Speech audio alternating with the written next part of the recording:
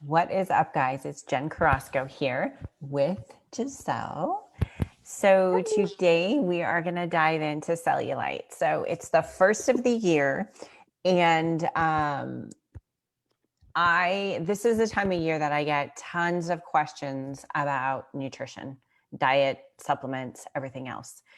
But it's also the first of the year that I feel, as an athlete and someone who's very well into nutrition, that I need to speak my piece, stop listening to the BS and stop trying to kill yourself with a diet. And the reason why I say this is because, and I'm sure Giselle, you know this, is the first of the year, everybody's like, okay, I'm going to get into shape. I'm going to be doing this, this, and this. I'm going to be strict. I'm going to wake up every day and I'm going to do my cardio and there's this whole list of things that you're going to do, plus this whole list of how you're not going to splurge and you're going to keep up all your nutrition, right? And it's going to get to that point where you do it for so long, maybe a month if you can make it, and then you crash and burn, right? And then you're like, well, that was fucking too hard. I don't want to do this, right? And it's the same thing that I tell people with business.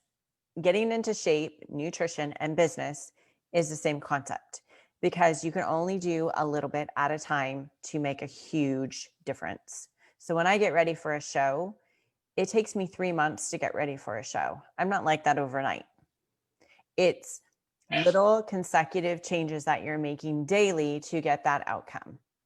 So that's why I wanted to tap into cellulite, because I feel like a lot of people have a misconception on cellulite. You can be super skinny and have cellulite. And there is ways to get rid of cellulite. And that's kind of what I wanted to talk about. And then next week, we're going to go down the rabbit hole of nutrition with everything else to explain. But first off, I wanted to explain the whole concept with cellulite. So I have a list here. So if I look down, I have my list. Is there anything that you wanted to kind of hop on to start with that, Giselle? I kind of have like the same notes as you, pretty similar, but Okay. yeah, just like you said, you can be super skinny and still have cellulite. Yeah. Like I'm super small and I have it on the back of my legs.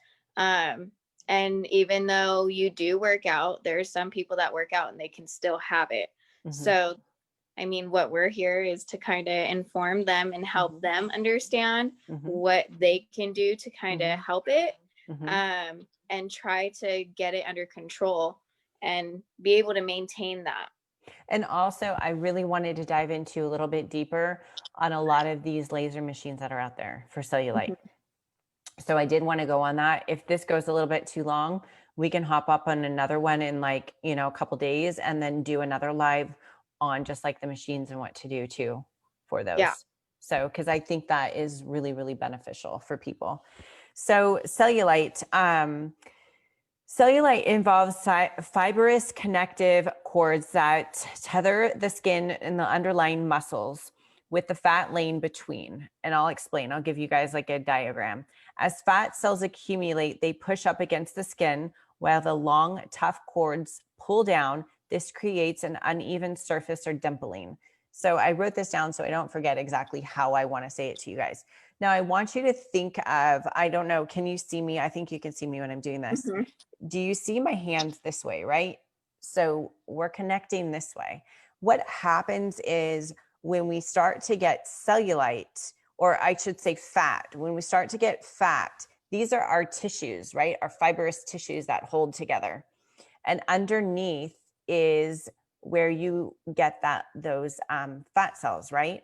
So as you start forming those fat cells, they start popping through there. Do you see how that happens? I don't know. Can you see? Yeah, I can see it. It's the same concept. So that's exactly what's happening.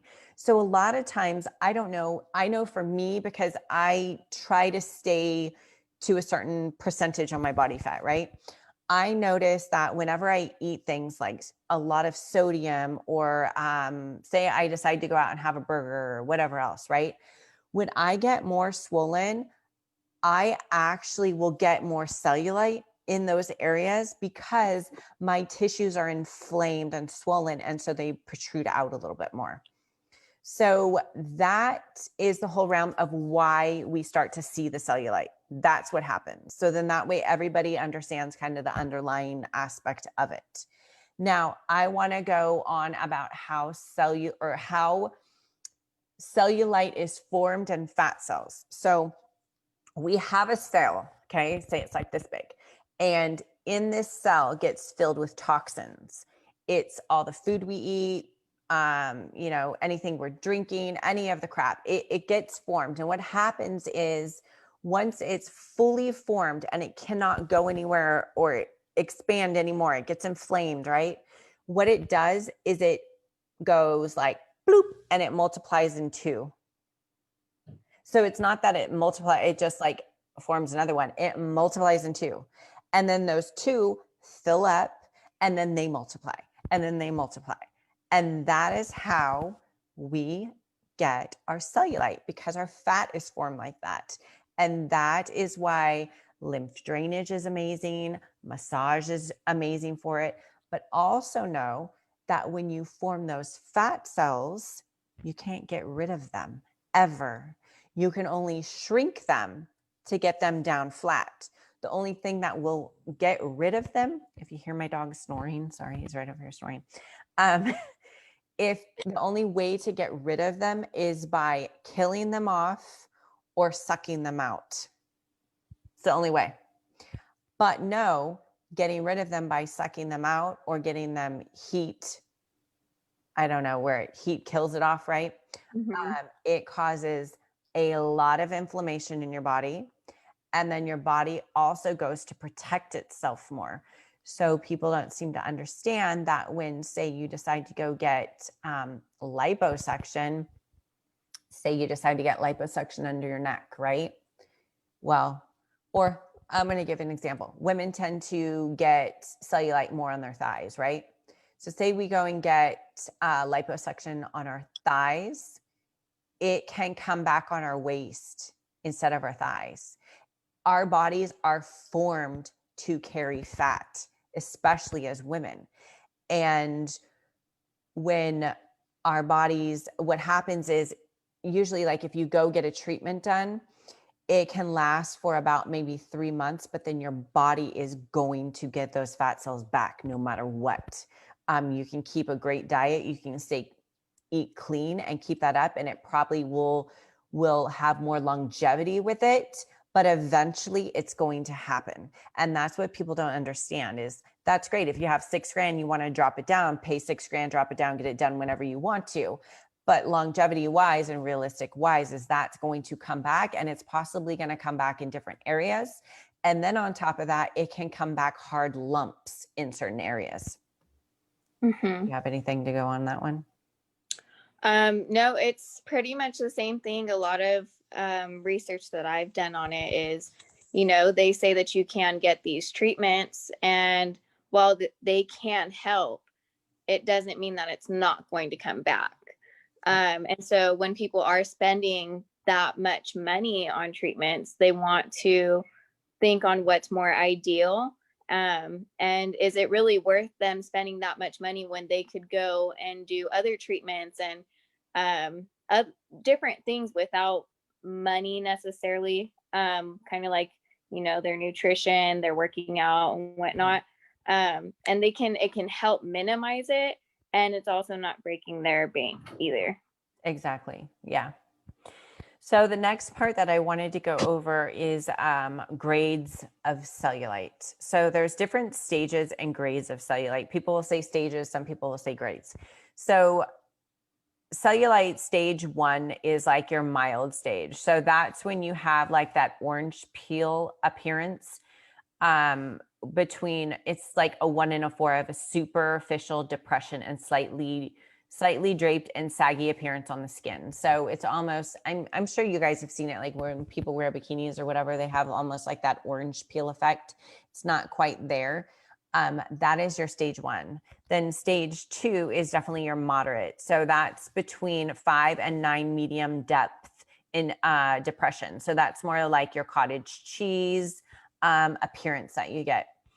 Then stage 3 is severe, and that's more of like a deep depression. I almost call it like the mattress effect, right? Because it goes in really, really deep. Now, I do want you to know there's more stages than 3 stages. It gets even worse. I mean, it gets even more than that. But you want to be careful because once you get to those other stages, you can actually have issues within your body. So it can cause a lot of like circulation issues. People actually, oh gosh, they, I can't even think of the name off the top of my head of what it's called. It's a disorder and I can't think of the name of it. It will come back to me. I'm sorry, unless you know, Giselle. I don't think. Well, it's a disorder and I can't think of the name of it. Anyway, it will come to me. We'll just keep going. Sorry. Let's see. Okay. So I'll get back on track. I can't think of the name, but it will be there. So I want to go over the causes of cellulite. So a lot of times it's the fat cells, the connective tissue. It also is more or less what you eat. I feel that that makes a huge difference with your cellulite. The cleaner you eat, the better it is. Also, of course, your fat tissues and where you're at there. Also hormonal factors. So is there anything that you want to go on as far as like the causes? No, I pretty much have the same thing. I have, hormones. It can play a large role into it, as well as genetics too. So if it is something that is in your family history, that could be something that's passed down. Also, as you age, your skin loses its elasticity, and that's what also causes the cellulite, because instead of it being so tight like a rubber band, once you start kind of moving that rubber band back and forth, it starts losing its elasticity, and the skin is the same way. Exactly. So I'm going to suggest people to go back and look at our last Facebook Live because it does talk about collagen. And the reason why I suggest that is because that plays a huge role with what we're laying out. So if you see exactly how we're laying this out, it all is playing a factor together, because eating enough protein, having the collagen in your body is going to help with your cellulite reduction as well. And I do want to pinpoint that I know it is genetic, but you can beat genetics. And that's the thing, is that I love my mom to death, but she has cellulite. And I have it just minute, but the thing is that I beat it because I'm active, I eat clean, I keep up with my supplements, I do what I'm supposed to do, and I do not have it formed the way that I think a lot of society does. And I'm also on top of my hormones with a doctor. I work on my hormones. I work on, because especially when you go through menopause, depending, if you're losing your testosterone or progesterone, you really need to watch that as well, because that's going to play a huge factor with keeping yourself nice and tight. But again, like we went over, collagen, all of that, I would go over from last week. It's going to give you a little bit more.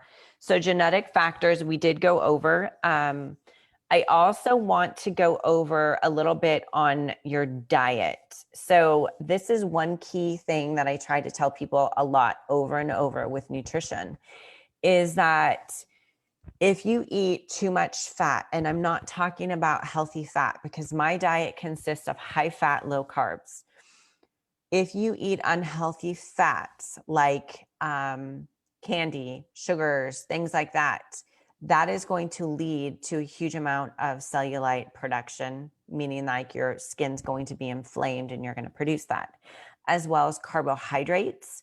Carbohydrates act like sugar in your body, so it does the same concept as well. and making sure that you're getting adequate protein and you're getting a really high fiber, because fiber will break down a lot of those carbohydrates and sugar in your body when you're consuming those together.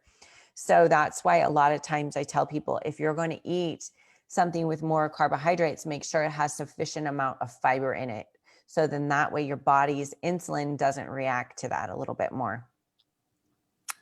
Anything on that one? Yeah, actually, so if you look up, there are foods that do help with cellulite. So, for example, there's asparagus, avocados, bananas, berries, um, ginger. It can go on, and we can like go more into detail once we get into the nutrition part of it. But if you really want to work on that, that is something that is worth doing the research and making sure that you understand why these things do help with cellulite. Um, and keeping them into your like your daily intake, and just making sure that you're strict on what you're eating, it can really help with that. A lot of things that we go over really does also come down to what you're eating, and what you're eating can really help with everything that we've talked about already, and including, like I said, cellulite. It can make a difference. No, you're right. One good thing too is seaweed. That's actually really, really good because it hydrates the tissues of your skin a little bit. And so it plumps that tissues up. So it doesn't make the cellulite appear so much in the skin. Okay, so check out this week, because we are going to give tips and tricks through the week that we have not announced here on our live. There's going to be little, blurbs every day or so much in our stories that are going to explain little things that you can be doing. A couple things that you do want to point out is you should always be doing dry brushing. Dry brushing is phenomenal. It's super cheap. You can get a little brush wherever. I think you can get them at Target, wherever. A little brush, and you want to brush your body and your skin right before you get in the shower. I suggest to do that daily. It really helps with the circulation and the blood flow of your skin. Also, massages regularly, a lot of lymphatic. We also do the sculpt machine at our clinic. I'm not a huge factor of getting liposuction and a lot of the lasers out there. I think it's more damaging for the skin tissues. But we can go over that another time. Those are key factors that you can be doing. Also, exfoliating at home a little bit. You can even exfoliate a little bit with coffee, because coffee is great with the stimulation as well. And it helps with your metabolism. So also just know, if you can keep your diet to where your metabolism is working harder, you are going to lose fat faster as well on that. So we're going to keep it kind of short and sweet. We just wanted to go over the basics, but the rest of this week on Facebook and Instagram, we are going to be giving some awesome tips and tricks. So definitely check that out. And we're going to explain more detail than that. But is there anything else that you kind of wanted to go over with cellulite? I don't think so. We do want to try to keep it short and sweet for everybody, but over the week, just keep tuning in to learn more about cellulite and what you can do to help it, and also about your diet. And we'll kind of go more into detail as the next 2 weeks come through. And also, if you guys ever want help, I know Giselle does the sculpt machine at the office, but if it comes to nutrition, diet, anything like that, you can always message us, DM us. I would be more than happy to help you if you guys have questions about anything, or if you need somebody to kind of make you accountable for certain things, we're here for you. So DM us with any questions that you have, and we can even hop on another live this week and go over cellulite in more detail for different questions that you do have. So I think I'm done there. Do you have anything? Nope, that's all. We'll see you later this week. All right.